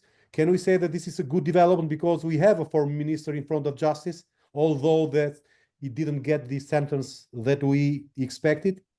Also giving the benefit of the doubt that even if you know that somebody is corrupt, unless you can prove it before a court of law, you cannot do nothing about that. But then again, you have all these new cases. Again, yesterday we discovered, or this past days we discovered, that one of the main judges of the special courts against corruption, which has tried some of the most famous cases against higher-ranking officials, herself has lied in her job application, and she might not be eligible to stay as a judge in the future because she has been expelled for whatever reason from Greece on a visa violation. She didn't disclose it during the vetting. She got the job of being a special judge. Maybe she did a good job by prosecuting some higher officials, and yet we are here again. What can we do of her? Is she a corrupt person that in the best case, she just cut some corners and she hid some information, but then she did a good job no matter how she get the job? Or is she a part of the symptom that in Albania, there is no rule of law, there is no fair competition, there is no meritocracy, unless you can fake yourself, unless you can cut corners, unless you can use corruption, you can use your whatever nepotism and other kind of clientelistic relations, you cannot really get ahead. We don't know, and it's very difficult to say. What happens in Albania is that the political discussion is very polarized. People normally tend to say two things: either the reform has failed, or the reform is a big success, and this usually they align with their political positions. But the situation is something in between. And what is most important today is that to review what has happened, to understand what went wrong, and to take some measures in order to improve the system. We cannot change this justice system that we have. At least we cannot change again. We cannot have a new reform. We cannot go through a new vetting process. We cannot go through 6 years of another reform, hoping that this time we'll do it right. We have to improve what we have. And again, can we improve what we have with technical solutions like having US government provide some more money, having EU put some more conditions for Albanian justice? or still we need a political solution? We need the new political elite which will really believe in the principles of rule of law and democracy. The last comment is the following. We have elections 2 days ago, in 2 days. I was in a discussion a few days ago. They asked me, has the legal framework and the rules been improved in order not to allow manipulation of the elections? And my answer was straight away, if there will be political parties in Albania which they want to manipulate the elections, they always will manipulate the elections because they will be 2 steps ahead of any trick that you can foresee and you can prevent by the law. If all political parties do is try to undermine the integrity of elections, they try to purchase votes or try to muscle voters or try to use all the means in order to not allow fair competition and not to accept the results of the elections, there is no law, there is no prosecution, there is no institution that really can guarantee that the elections will be manipulated. So at the end of the day, this is a political thing, and it will take time, and maybe they will take a new elite sometime in the future. Sorry for being long, but it's a very delicate issue, and there is no easy issue, and there is no easy solution. Hello, Lydia. Thank you for your question. I'm not sure I heard it all till the end because I had a problem of the audio, but I'm trying to anyway answer to it. I believe that the judicial reform is a good start. I'm in between those who do not say it's perfect and those who do not say it's a crack. So I'm in the middle. But because I think it's a good start of breaking the circle, about the corruption, about the culture of impunishment, because with this reform, it's a EU and a US backed reform. We should mention that. The culture of impunity in Albania has been really challenged. Some years ago, no one could think of bringing high-level politicians into prosecution. Nevertheless, it was normal to have rich politicians around in the Balkans and in Albania without asking them where is this money coming from. So in this point of view, I think it's not perfect, but it's a good way to start and to start breaking the circle. And on the other way, there is another dimension which I might say is a middle challenge in the middle term challenge for the European Union integration is the absorption of the social norms. We tend to talk about politicians, not only in Albania but in all Western Balkans, as if they are not part of our society. Dividing society and politicians, I think it's of a country, it's a bit infantile because politicians are part of the society and both feed each other with the way they behave or they approach, both sides approach to problems and issues. So this is why I will never be tired of mentioning that another approach coming from bottom up side should be implemented in our society, and that is why we should be idealistic more.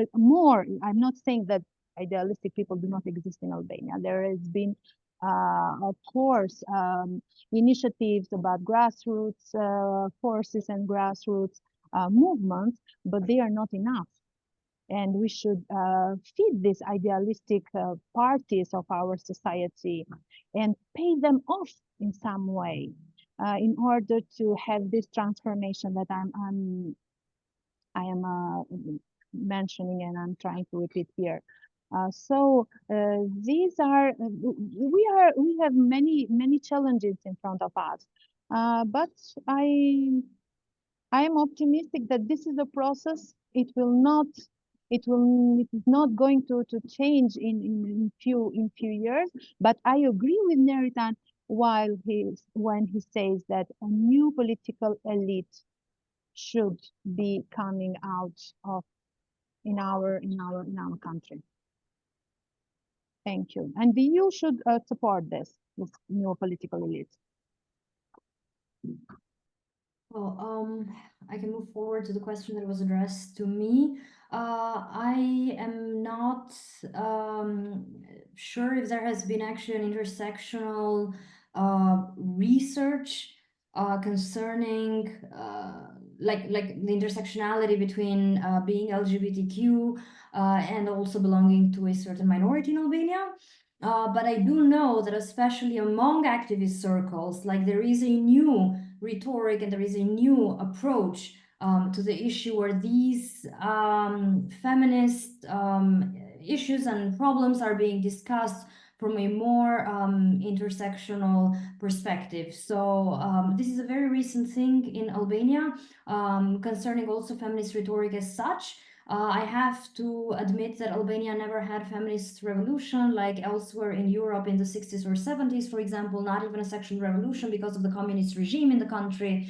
And also the first movements or organizations that were established at the beginning of the 90s, they had more an approach which was focused on human rights rather than actually embracing a feminist discourse as such. And speaking of women or even LGBTQ people from a feminist perspective. So everything that's happening now, it's very recent, it's very new. You have feminist movements and organizations, you have LGBTQ organizations as well, which are trying to address the problems that members of the community are facing. Also those who belong to certain minorities, like for example, Roma and Egyptian minorities, which are among the most precarious of the precarious in the country. So yes, there is attention to that. There is a rhetoric and discourse that actually acknowledges that and speaks about the intersection and the problems that LGBTQ members also belonging to minorities are facing. But I personally do not know of any research or theoretical work on this topic. And I also want to use the moment now to say I'm sorry, but I would have to leave because I have another appointment. I am very thankful for inviting me to contribute to this report and for providing me the space for this very interesting discussion tonight. So thank you very much. Thank you, Tanya, and thank you to everybody else in the New Lines Institute. Thank you, Gressa. We're happy to have you here. With that said, I would like to close this discussion and we can continue the Q&A in a more informal setting while you grab your lunch. I want to thank everyone for joining us here today. I want to thank our panelists, our authors, Professor Tanya Domi, and especially the New Lines core team, and particularly my dear colleague Savannah Kelly, who has carried a big load behind us for sport. Thank you. And we would like to congratulate Amina with her PhD done. And Tom has been a great moderator today. I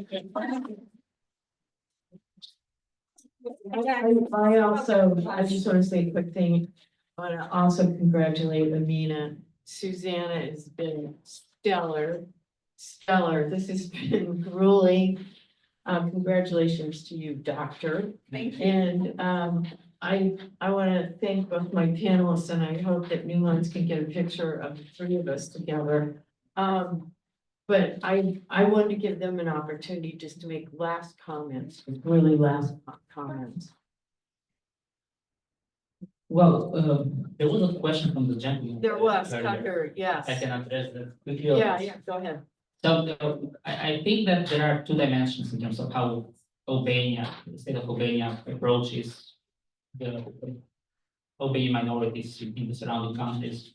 At the political level, I think that sometimes it has been criticized for having sort of paternalistic attitude, but not necessarily in terms of defending the minorities vis-a-vis the states where they live, but rather more in terms of the engagement with the local political parties there, the Albanian political parties. So that has been at times a certain strain there in terms of how that attitude has come as a bit paternalistic. And it has been seen also as a sort of rivalry, in particular in Kosovo, with the current government of Kosovo, when the relationships haven't been always eye to eye in terms of how Albania approaches Kosovo and the other way around. But the other aspect, the protection of the rights of the minorities, I think that's where Albania hasn't fulfilled its obligations towards some of these Albanian minorities. Not to go back to Serbia, but there is a problem in Serbia with the Albanian minority in Serbia, with the administrative cleansing issue that the Albanian minority faces there, and that Albania unfortunately has not raised at an official level, at least publicly, vis-a-vis the Republic of Serbia.